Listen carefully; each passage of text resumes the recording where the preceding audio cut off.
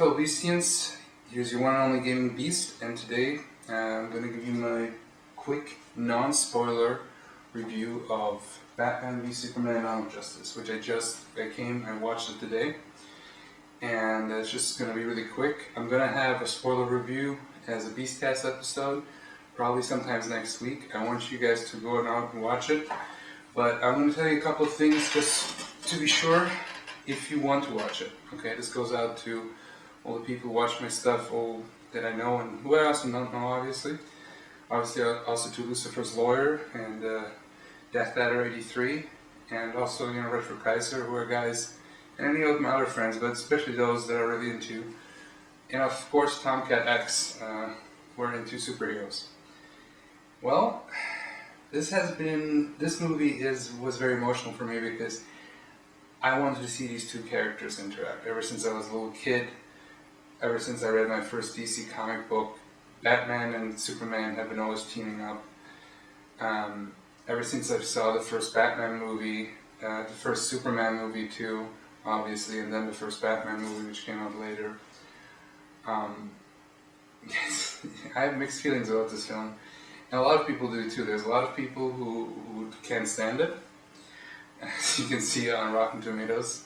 But I'm going to make my own opinion. And there's quite a lot of people who like the film too, so far.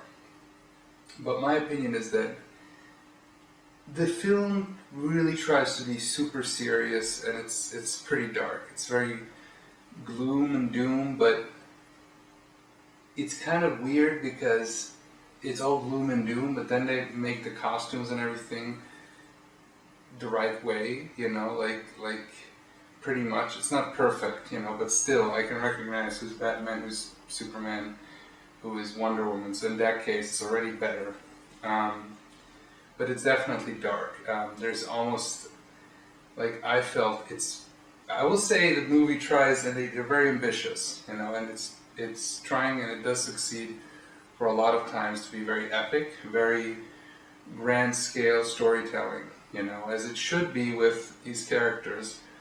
But then it tries to be also really grounded, and it has, some people called it that it's over jumbled, the storyline, and for me was clear, but it was definitely stuffed full with a lot of world building things. They're talking about, things that, they're setting seeds left and right. I won't give away, it's really hard not to talk about spoilers, but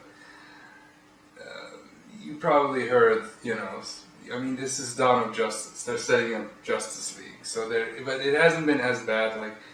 But sometimes they're trying to put in a lot of things. Now, this is not a spoiler. Everybody knows Wonder Woman is in the movie, and she's not as much in the movie as you think.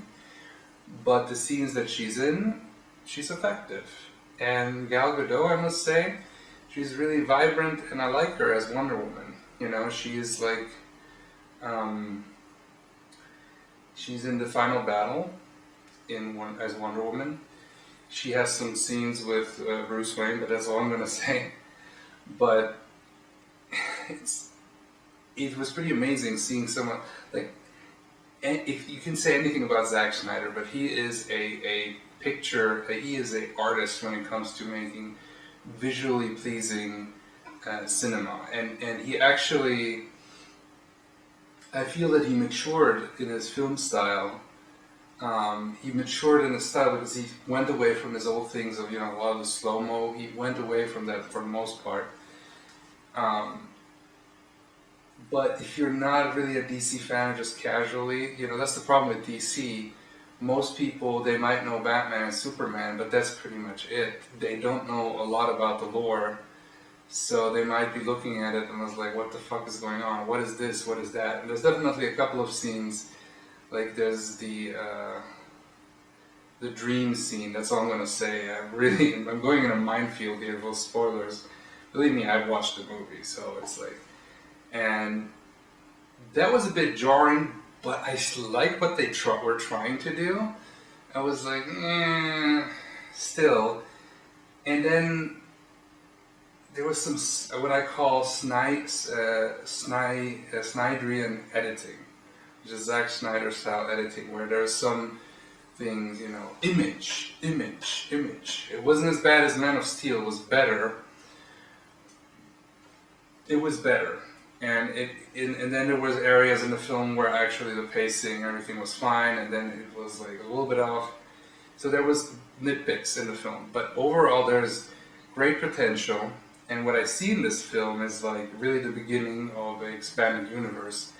And I hope this film, if it's not, if it won't, you know, it won't succeed critically, that it succeeds financially. And the reason for this is I want to see the other films because they have already said, but I'll get to that point later. Let's just go through here what I've been saying. So the editing was a bit sometimes weird, but overall for the most part, for the important things, it was actually pretty on par. It did evoke emotions out of me, like some pretty intense, because there were some pretty intense moments that are quite jarring, and I'm not quite sure if all of these emotions were the right one. Like I was like, sometimes I was a bit upset with happened, and sometimes I felt like this was, they had some really ballsy moments. There's really some crazy things if you think about the characters, if you know them at all. But you know what? This is his interpretation, and he's still very close. The characters are pretty much the same, but they're different though to a degree. So, and they're also at a different stage of their life. Like this Batman is an older Batman. He's more like the Dark Knight Returns Batman, but he's still Batman, you know. And there's something in him. I would like to tell you, but I can't. So go out and watch the film. But it has evoked emotions out of me, and some of them were really like amazing. And there were some things I didn't like about the film, like definitely one of. I'll get that once I get to the performances, but I will say that when they were saying in one of the Rotten Tomatoes things where they said, you know, a lot of the story was buried under a lot of blurry CGI, I'm like, there was actually less fights than I thought. And because the film is pretty long, it's like 2.5 hours, and for the most part it didn't feel that it was dragging. There was a lot of info you were getting, a lot of moments, a lot of things happening. So there's a lot of info, a lot of seeds being planted, you know. So for me it felt like it wasn't so bad. There were some moments where I felt dragged a bit, but it's maybe because I've seen the trailers. And the trailers were also a little bit of a problem, honestly, because I felt the film would have. I don't think it would have been more effective, honestly, because there's still some. They have saved some really great moments, or like, or not so great if you're not going to be a fan, because this is going to be a film that splits people up, and like, for the reviewers, they made up their mind, most of them, you know, like a lot of them at least. But there's other ones out there. That see it differently. Like there's some people who say this is the best superhero film, and there's some people who hate it and say it's the biggest joke. And I'm like, it's not so cut and dry like in Fantastic Four. Like there was a side of me that wanted to say, oh, this movie sucks, and then there's a side of me that says, but there was some really amazing stuff in there. So it's not so cut and dry like Fantastic Four. I mean, Fantastic Four was a shitty ass fuck up, you know.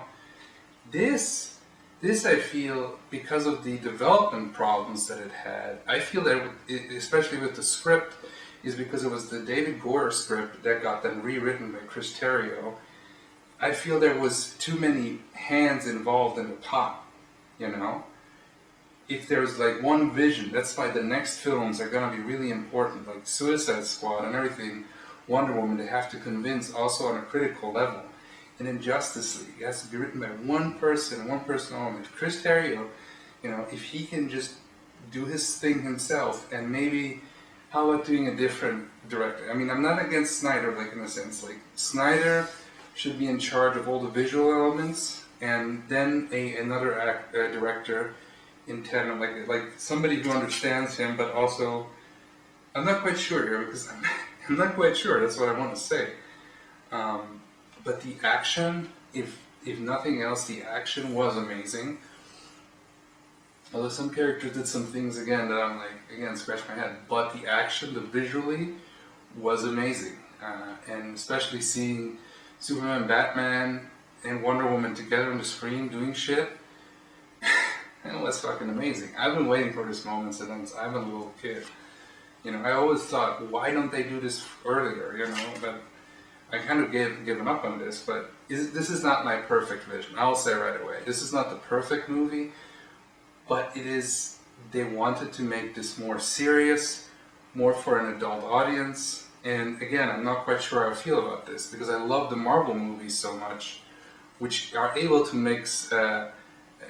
In a mature, like a story with stakes, but still a story that is just as available to adult fans and to kids. They're more able to do that. You know, they only start going into their dark area once they go into their Daredevil territory. Anyway, so the action was actually less than I thought, but when action was there, it was quite amazing looking. And this is like, you know, again, Zack Snyder did a good job. The batsuit looked great, the action was great, but it also felt at times where it was very visceral at times and very powerful, but in like, I'm not quite sure if I felt really comfortable at times, you know, because they're making it, they have a 3 hour, they're gonna have a 3 hour R cut of this, and I'm like, this is Batman and Superman, it's not Punisher. But on the other hand, I feel like, you know, maybe, I don't know, because it's not cut and dry.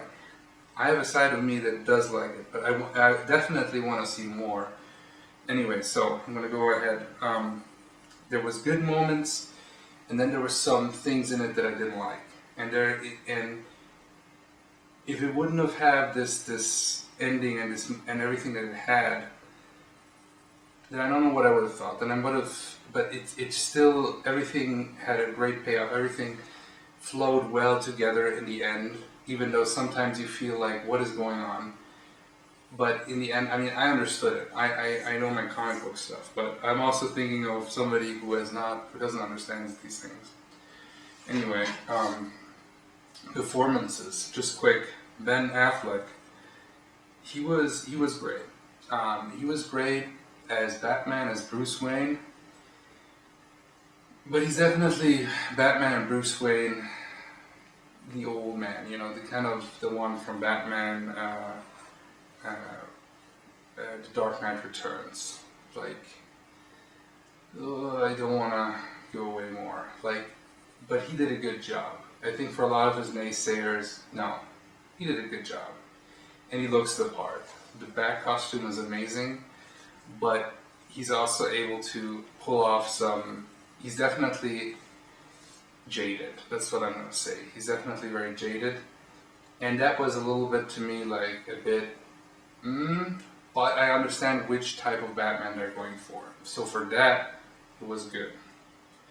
Henry Cavill, he was good. You know, he definitely looks the part.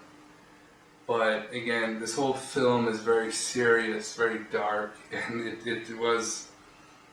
He barely even smiled. He smiled like once when he comes home to Lois Lane, you know. And I mean, I understand why he's not smiling because there's a lot of stuff going on, especially with him as Superman, and at times like there's some, like Lucifer's lawyer said, at least what he heard is that Zack Snyder doesn't know what to do with Superman. I think he does. But it's not necessarily what most Superman fans want, you know. But in the end, I must say, it came together as much as I want to, like, just go off and say, no, this didn't work. And I'm like, well, it did, you know, because he went to places where you didn't think. So there was good and there was bad. But this is the thing, is that there's potential. And you can't ignore that, you know. And you know, if you're just looking for the action, you know, it's like almost like I'm not gonna say anything. Anyway, I will say Henry Cavill was pretty good. It's more like his Man of Steel Superman, pretty much. Although, you know, like, but he's also now a different character though, because like some of my problems were with Man of Steel is when he, like, you know, kills Zod and all the damage. And this is a lot. The story has a lot to do with how Superman's perceived now. He's been there for 2 years, and what the people think of him, positive and negative. But he's really here to prove to himself. Like there's a lot of doubt and a lot of like that's why I call it emo for a swingle's sake. You know, it's like there's a lot of emotions going on. But I can see Henry Cavill did a good job. But I just feel sometimes where just like a little Christopher Reeve Superman moment, you know, like a little bit of him saving a cat, you know, a little bit less of the god messianic figure character where he's in the air and people are grabbing towards him. That was very effective. That was very opera epic like, you know, but just a little bit of lightheartedness. You know, this is what this franchise needs desperately. You know, I get it. You don't have to turn full on Marvel Ant-Man, you know, but just a little bit, you know, a little bit less with the dour. Okay, people. I'm gonna come back to that, but just fast. Gal Gadot, I liked her. She wasn't on the screen that much, but what she was as Diana, I liked. You know, I liked. She was very confident, very you know, not what I quite expected. You know, but I think there was a lot of pressure on her. And then when she was actual Wonder Woman, it was pretty amazing, those scenes. And you could say, well, it's just like effects and shit. I'm like, I don't know.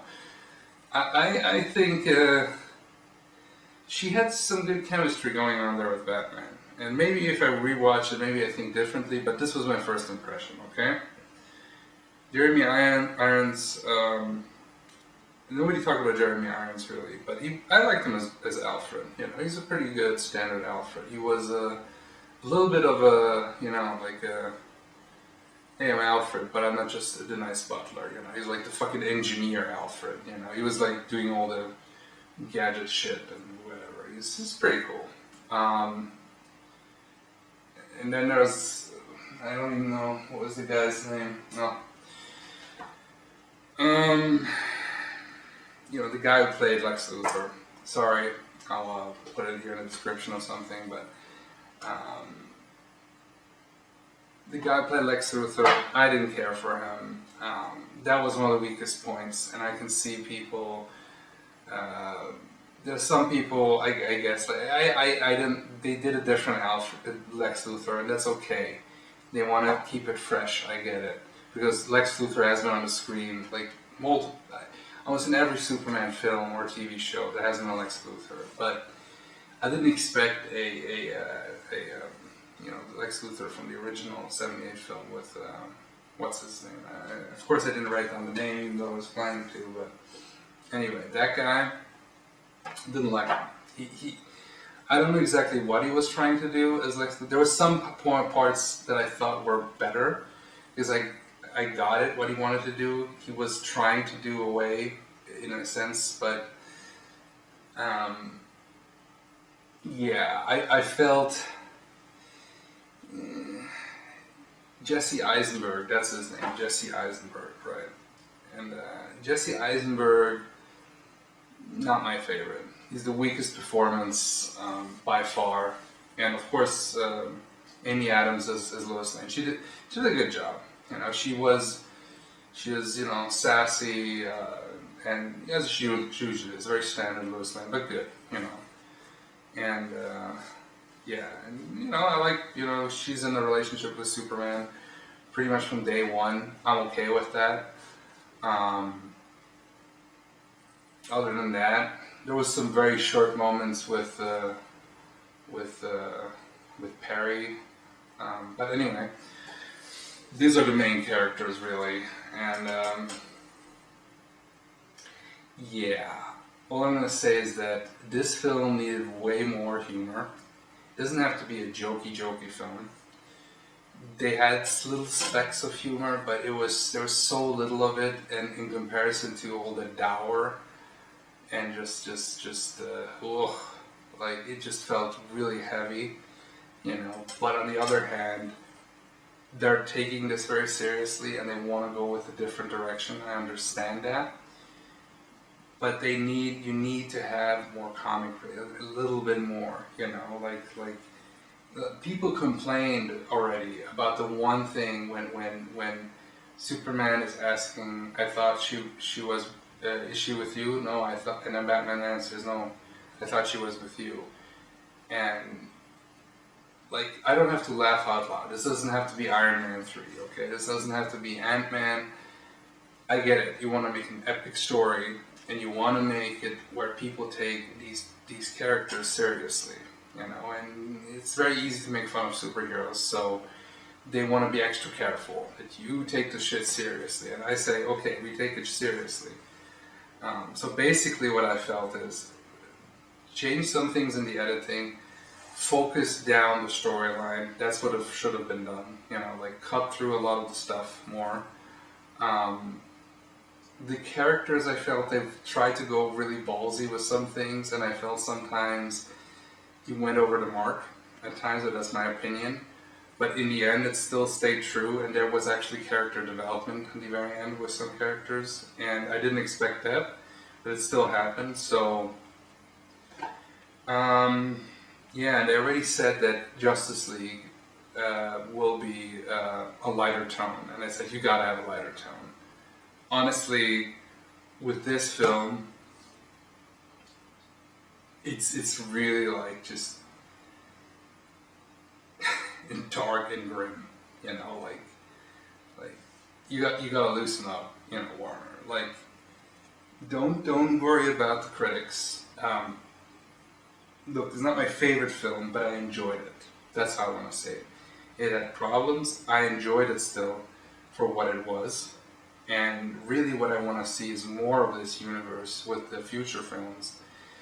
And that's why I hope this film will do well, because that's when they will do more films. Because I think they have a thing going on. But it has to be lighter in tone. Because the tone just was very, very, a little bit too serious. You know, a little bit, why so serious? Learn from your own movies. You know, a little bit more.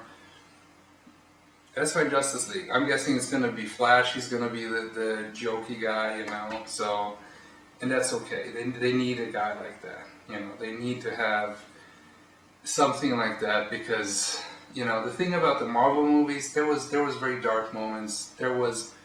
They could go grim and gritty too. And sometimes, yes, there were some films that were more tongue-in-cheek and stuff. But you have to find. Because it's kind of, you know, like that's the thing is that, you know, like, I cannot talk more about this movie. I just want to say, go out and see the film. Especially if you like Man of Steel, I think then you will probably enjoy this. You know, if you didn't like Man of Steel, it is still better than Man of Steel because it's less Nolan thing. This is definitely more of a Snyder film, you know, a Zack Snyder film. And I will not lie, this film has problems, okay? But especially if you know your DC stuff, you gotta get a kick out of this, okay? And if nothing else, it's just seeing these characters together kick some ass. For that, it's worth. And I think if you're a fan of these characters, you should definitely check it out and make your own opinion. Because what the hell do I know? This is just my first non-spoiler review. I will have most likely a full spoiler review sometimes the next week. Now, I'm not even quite sure, but maybe sooner than later. But anyway, I hope you enjoyed this video. And Film Beastians, we will talk later. I'll probably do more movie reviews. Why not? Maybe like this, maybe something else, you know. But right now, this is it. Very chill for Death Movie of Doom, Film Beastians.